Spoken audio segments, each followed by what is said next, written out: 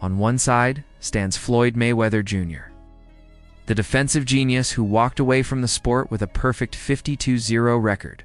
To his fans, he represents the epitome of technical mastery. A man who could nullify any opponent's offense with footwork, timing, and anticipation that bordered on clairvoyance. His shoulder roll became iconic, his counters surgical, and his aura of invincibility unmatched. Mayweather was the master of making great fighters look ordinary, of turning dangerous punchers into frustrated novices. On the other side stands Terence Crawford, a man whose rise has been nothing short of historic. A three-division undisputed champion who has conquered everything in his path, Crawford's blend of precision, versatility, and power has left opponents broken and legends in awe. Unlike Mayweather, Crawford is not just a defensive wizard, but also a ruthless finisher. He doesn't just win rounds. He breaks opponents down and leaves them in ruins. He can switch stances seamlessly, adapt mid-fight, and strike with a cold, calculated ferocity that few fighters in history have possessed. The question isn't just about skill, it's about eras, styles, and what greatness truly means. Floyd was pretty boy before he was money, and in that first incarnation, he was more aggressive, faster, and willing to engage. In those days, he demolished Diego Corrales, outclassed Arturo Gatti, and announced himself as the next great American star. Later, as money, he became more calculating, more conservative, fighting for longevity and legacy. But that transition, while brilliant, opened the door for critics who accused him of avoiding risks, of handpicking opponents, of caring more about business than glory. Crawford, by contrast, has taken risks Floyd never did. He moved up weight classes, hunted undisputed crowns, and eventually toppled Canelo Alvarez at super middleweight, a feat that no one, not even Floyd, dared to attempt. This willingness to embrace danger, to walk straight into the fire, has led many experts to claim Crawford might surpass Floyd in a mythical head-to-head battle. Timothy Bradley, himself a former champion, has been blunt. Crawford would beat a prime Mayweather. Why? Because Bud is versatile, smarter than his opponents, and has the timing to break through even the sharpest defense. Shane Mosley, who fought Floyd, echoed the sentiment. He praised Crawford's switching ability, his unpredictable angles, and his capacity to bring relentless pressure. To Mosley, Pretty Boy Floyd would have been a nightmare matchup. But Money Mayweather, the older, more cautious version, might not have survived against Bud's intensity. Even Amir Khan, who fought Crawford, admitted that Bud's timing was on another level. He recalled how every missed punch was punished, how Crawford anticipated rhythms before they developed, and how his adaptability left opponents hopeless. To Khan, Crawford had the tools to frustrate Floyd in ways no one else ever could. But make no mistake, Mayweather's defenders are equally passionate. They argue that no one in history, not even Crawford, could crack Floyd's defense.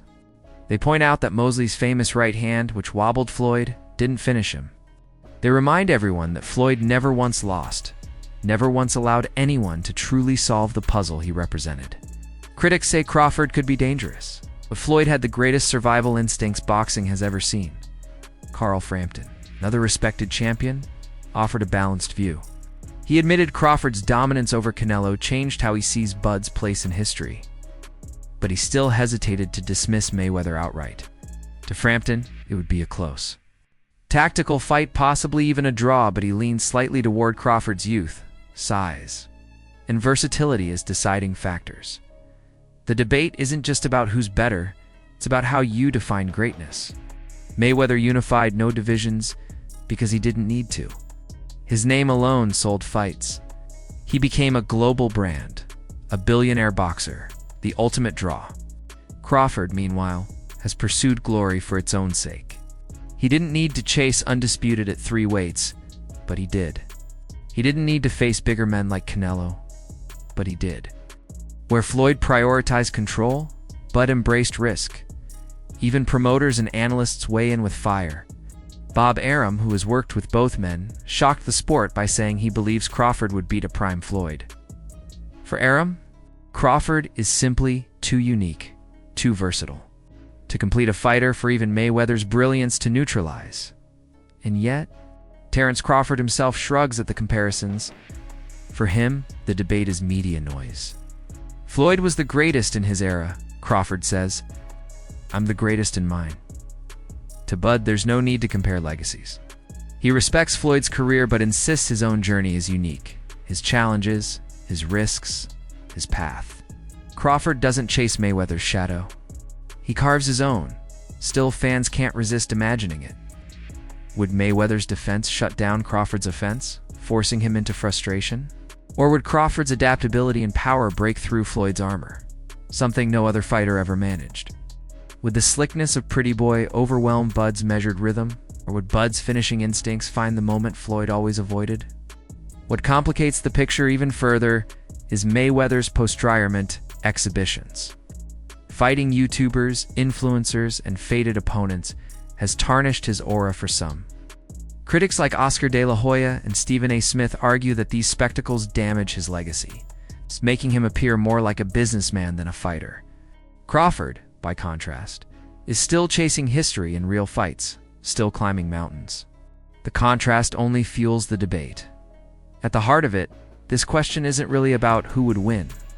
It's about what you value in greatness. Do you admire Floyd's flawless perfection, his billion-dollar empire, his ability to control outcomes and retire undefeated? Or do you admire Crawford's hunger, his willingness to take risks, his quest to be undisputed and conquer challenges Floyd never faced? Either way, the debate rages on, and maybe that's the beauty of it. These fantasy fights aren't about definitive answers, they're about passion, about history, about giving fans a reason to argue, to remember, to dream. So now the question turns to you. Prime for prime, who wins? Is it Floyd Mayweather Jr., the untouchable defensive genius with the perfect record? Or Terence "Bud" Crawford, the fearless conqueror rewriting history before our eyes? Drop your thoughts in the comments. Let us know whose side you're on, and don't forget to like, share, and subscribe for more deep dives into the biggest debates in boxing history.